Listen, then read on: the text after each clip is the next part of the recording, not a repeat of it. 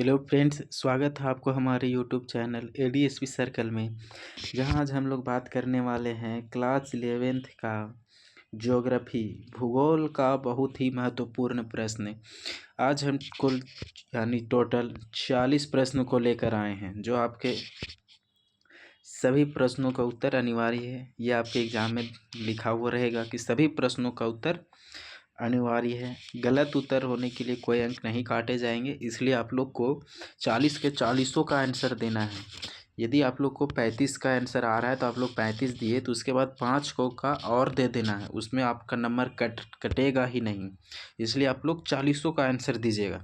चलिए हम लोग आज का 40 प्रश्न अच्छे से पढ़ते हैं। आज का हम लोग का जो पहला प्रश्न है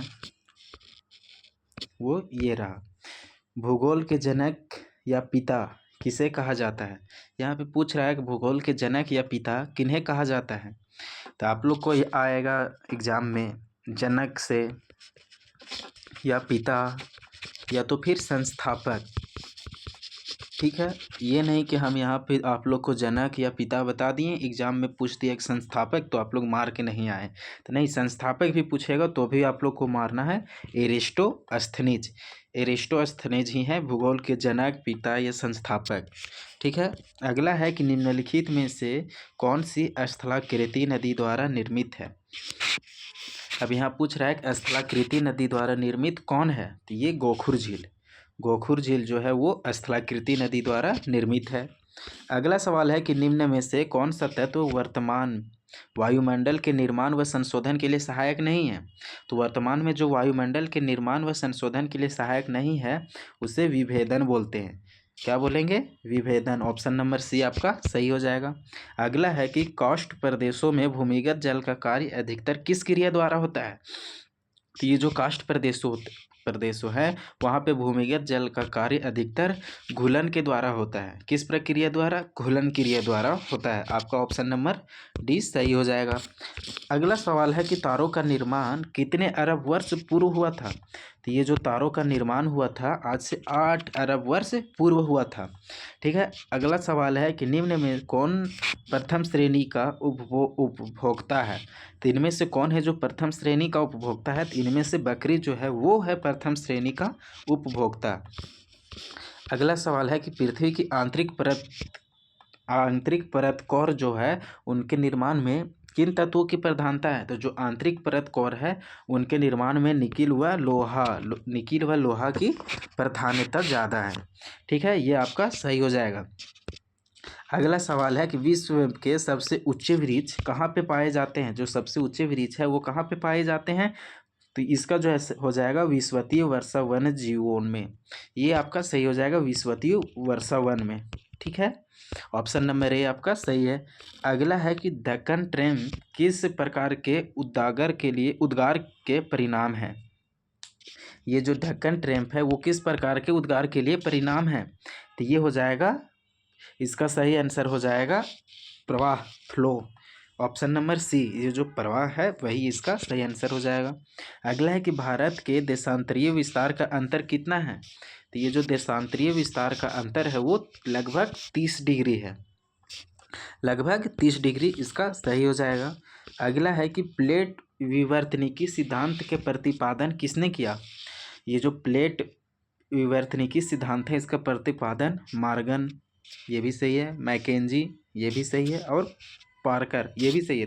इनमें हो जाएगा, इनमें से सभी ये तीनों थे प्लेट विवर्तनिकी सिद्धांत के प्रतिपादन किए थे।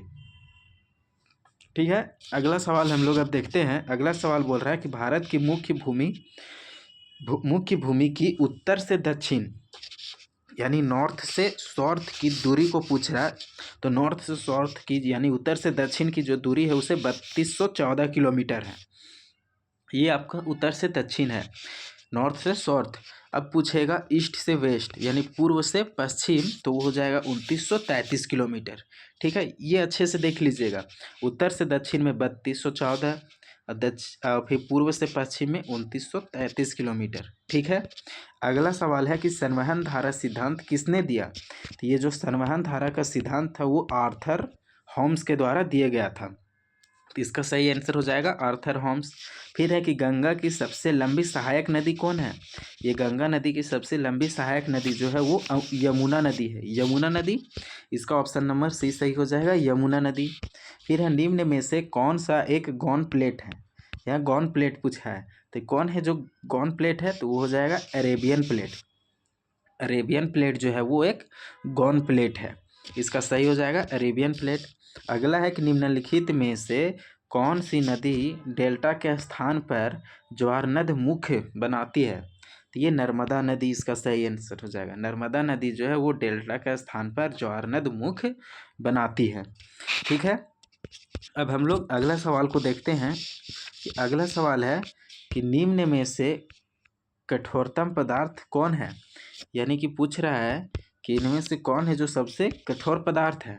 तो इनमें से सबसे कठोर पदार्थ कोरंडम है। कोरंडम, ऑप्शन नंबर डी आपका सही हो जाएगा, कोरंडम। ठीक है, अगला है निम्नलिखित में से कौन सा भारत का सबसे दक्षिणतम स्थान है? यानी कि जो सबसे दक्षिणतम स्थान में है वो कौन है इनमें से? तो इनमें से जो सबसे दक्षिणतम स्थान पर है वो है इंदिरा पॉइंट। भारत का सबसे दक्षिणतम स्थान पे जो है वो है इंदिरा पॉइंट। तो आपका इसका सही आंसर हो जाएगा दक्षिण इंदिरा पॉइंट। फिर है भारत का सबसे ऊंचा जलप्रपात कौन सा है? अब यहाँ ऑप्शन दे दिया है चार को, उसके अनुसार आपको बताना है कि भारत का सबसे ऊंचा जलप्रपात कौन है। तो ये चारों ऑप्शन के अनुसार हो जाएगा जोग। जोग जो है वो भारत का सबसे ऊंचा जलप्रपात इनमें से हो जाएगा। फिर है कि जाड़े के आरंभ में तमिलनाडु के तटीय प्रदेशों में वर्षा किस कारण होती है? तो ये जो जाड़े के आरंभ में तमिलनाडु के तटीय प्रदेशों में जो वर्षा होती है वो उत्तर पूर्वी मानसून के कारण होती है। ठीक है, ये आपका सही हो जाएगा। फिर है कपास उत्पादन के लिए सर्वोत्तम कौन सी मिट्टी है? तो कपास के उत्पादन के लिए सबसे अच्छा कौन सी मिट्टी होती है? तो कपास के उत्पादन के लिए सबसे अच्छा मिट्टी काली मिट्टी होती है। काली मिट्टी सबसे अच्छी मिट्टी हो जाती है कपास के उत्पादन के लिए। इसका सही आंसर हो जाएगा काली मिट्टी। अगला है कि सिंधु नदी सागर, मतलब सिंधु नदी जो है वो किस सागर में गिरती है? सिंधु नदी जो बहती है वो जाकर अरब सागर में गिरती है। यानी ऑप्शन नंबर बी में जो है अरब सागर वो आपका सही हो जाएगा। अगला है कि चंदन वन किस तरह के वन के उदाहरण है? तो ये जो चंदन है वो किस प्रकार के वन के उदाहरण है? तो ये हो जाएगा पर्णपाती, उष्णकटिबंधीय पर्णपाती वन। ये आपका सही हो जाएगा। तो इसका ऑप्शन नंबर ए पर्णपाती वन सही हो जाएगा।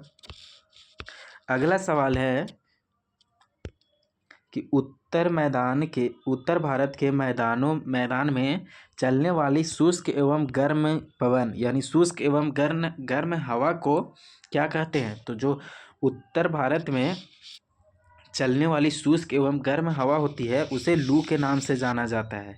ठीक है, इसे अच्छा से देख लीजिएगा, ये आते रहता है लू, इसका सही आंसर हो जाएगा। फिर पूछा है कि इनमें से किस राज्यों से कर्क रेखा गुजरती है? तो पूछा है इनमें से कौन सा ऐसे राज्य है जिससे कर्क रेखा गुजरती है? तो आप लोग कर्क रेखा किन किन राज्यों से गुजरती है ये आप लोग अच्छे से याद कर लीजिएगा। ठीक है, अब यहाँ पूछा है किन से गुजरती है? उत्तर प्रदेश से नहीं, उड़ीसा से नहीं, बिहार से नहीं, सिर्फ झारखंड से। इस ऑप्शन के अनुसार झारखंड से गुजरती है, तो इसका ऑप्शन नंबर ए हो जाएगा सही। अगला सवाल है कि किस अक्षांश पर 21 जून की दोपहर में सूर्य की सीधी किरणें पड़ती है? तो यानी कि किस अक्षांश पर 21 जून की दोपहर को सूर्य की जो किरणें हैं वो सीधी पड़ने लगती है? तो इसका जो सही आंसर हो जाएगा, इसका जो सही आंसर होगा वो 23 डिग्री 30 मिनट उत्तरी अक्षांश, यानी 23 डिग्री उत्तरी अक्षांश भी आ सकता है। 23 डिग्री 30 मिनट उत्तरी अक्षांश में इसका सही आंसर हो जाएगा। अगला है कि वायुमंडल में कौन सी परत का संबंध मौसमी परिवर्तन से संबंधित है? तो वायुमंडल में जो परत है, क्षोभ मंडल, संताप मंडल, मध्य मंडल, बहिर्मंडल, ये सब उनमें से कौन है जो मौसमी परिवर्तन के लिए संबंधित है? इस मौसमी परिवर्तन के लिए क्षोभ मंडल संबंधित है, यानी कि इसका जो क्षोभ मंडल है वो सही हो जाएगा, क्षोभ मंडल। ठीक है, उसके बाद पूछ रहा है कि वायुमंडल में नाइट्रोजन गैस का प्रतिशत कितना है? तो यानी कि आप लोग को पता ही होगा कि वायुमंडल में सबसे ज़्यादा नाइट्रोजन गैस ही पाया जाता है। अब यहाँ पे पूछ दिया कि नाइट्रोजन गैस की प्रतिशत कितना है, तो इसका जो सही हो जाएगा वो 78.8%। वायुमंडल में नाइट्रोजन गैस की प्रतिशत जो है वो 78.8% है। अब पूछ रहा है कि इनमें से कौन ग्रीन हाउस गैस नहीं है। ये जो है इनमें से कौन है जो ग्रीन गैस हाउस नहीं है, तो इसका जो सही है वो ऑक्सीजन ग्रीन गैस हाउस नहीं है। फिर अगला सवाल है कि उत्तरी गोलार्ध में पवनों के दाएं और विभेषण होता है, यानी कि जो उत्तरी गोलार्ध है वहाँ पे पवनों के दाएं और विभेषण किसके कारण होता है, तो इसका सही हो जाएगा पृथ्वी के घूर्णन के कारण हो जाता है।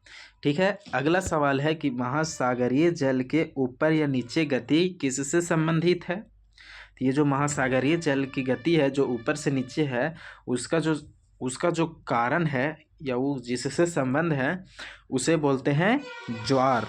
क्या ज्वार बोलते हैं। ऑप्शन नंबर ए आपका सही हो जाएगा। अगला सवाल है कि पृथ्वी की सतह पर गिरने वाले जल के रूप को कहते हैं। ये जो पृथ्वी की सतह पर गिरने वाली जल है उसके रूप को क्या कहा जाता है, वर्षण या वाष्पीकरण, वायुमंडल या जलवायु। तो इसका जो हो जाएगा वर्षण हो जाएगा सही, वर्षण कहते हैं। ठीक है, फिर है महासागरों की औसत लवणता है। ये जो महासागर है उनकी औसत लवणता कितनी है, तो उसकी जो औसत लवणता हो जाएगी वो 35% हो जाएगी। ऑप्शन नंबर सी आपका सही हो जाएगा। अगला है निम्नलिखित में से कौन किसी स्थान के तापमान को प्रभावित कर सकता है। यानी पूछ रहा है इनमें से कौन है जो किसी भी स्थान के तापमान को प्रभावित कर देगा, अक्षांश या ऊंचाई या समुद्र से दूरी या इनमें से सभी। तो इसका जो हो जाएगा वो हो जाएगा इनमें से सभी। ठीक है, आपका आंसर आ जाएगा इसमें इनमें से सभी, ऑप्शन नंबर डी। अगला है कि निम्नलिखित में से किस मिट्टी की श्रेणी में खादर व बांगर आते हैं।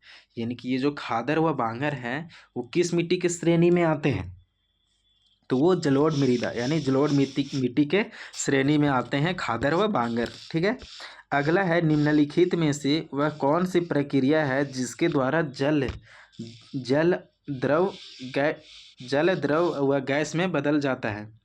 ये ऐसा कौन प्रक्रिया है जिसके द्वारा जल जो है वो द्रव से गैस में बदल जाता है, तो वो वाष्पीकरण के द्वारा बदल जाता है। ठीक है, द्रव से गैस में बदलने वाला जल को जब द्रव से गैस में बदलता है तो उसे वाष्पीकरण कहा जाता है। फिर पूछ रहा है कि प्रकाश वर्ष किसका मापन है। यहाँ पे पूछ रहा है कि ये जो प्रकाश वर्ष है वो किसका मापन है, यानी कि किसको मापा जाता है प्रकाश वर्ष के द्वारा। तो ये हो जाएगा दूरी को, डिस्टेंस को ही मापा जाता है ना प्रकाश वर्ष से। आपका अगला सवाल है कि आपदा प्रबंधन के अंतर्गत, ये जो आपदा प्रबंधन है उसके अंतर्गत है कौन है, निवारण, पूर्ण निर्माण या तो फिर पूर्ण निर्वास या इनमें से सभी। तो ये जो आपदा प्रबंधन है इसके अंदर ये सभी आ जाएंगे, इनमें से सभी चारों। ठीक है, अगला सवाल है कि विश्व का सबसे गहरा महासागर कौन है। विश्व में जो सबसे सबसे गहरा जो महासागर है वो हो जाएंगे प्रशांत महासागर। प्रशांत महासागर जो है वो सबसे गहरा महासागर हो। ठीक है, अगला सवाल है कि सूर्य ताप की सबसे ज़्यादा मात्रा प्राप्त होती है, यानी कि सूर्य की जो किरणें हैं वो सबसे ज़्यादा मात्रा में कहाँ पे प्राप्त होती है, तो ये हो जाएगा भूमध्य रेखीय क्षेत्र में। भूमध्य रेखीय क्षेत्र में, जैसे कि ये हो गया आपका पूरा पृथ्वी, तो ये जो भूमध्य रेखीय है इस क्षेत्र में सूर्य की सबसे ज़्यादा किरणें पड़ती है। तो हम लोग इस प्रकार से टोटल 40 प्रश्नों को इसमें भी देख लिए। इसी तरह से हम और भी सेट करवा दिए हैं जो आपको हमारे चैनल ADSP सर्कल में मिल जाएंगे। यहाँ पे आपको हर एक सब्जेक्ट की तैयारी बहुत ही अच्छी तरीके से कराई जाती है, जिसमें आपको मिल जाएगा आर्ट्स का सारा सब्जेक्ट, या तो साइंस में भी सारा सब्जेक्ट का तैयारी कराया जाता है, जिसमें class 9th 10th 11th 12th का भी अच्छे तरीके से कराया जाता है। तो आप लोग अच्छे तरीके से एग्ज़ाम की तैयारी करने के लिए हमारे चैनल ADSP सर्कल को सब्सक्राइब कर लीजिएगा। तब तक के लिए जय हिंद।